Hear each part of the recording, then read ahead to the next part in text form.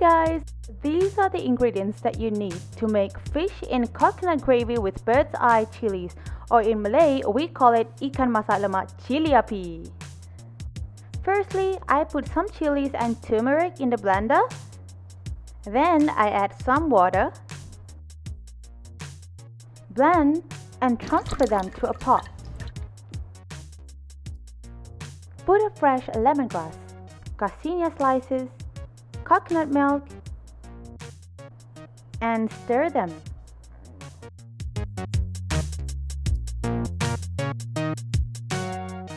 Now put the fish and turmeric leaf, salt to taste,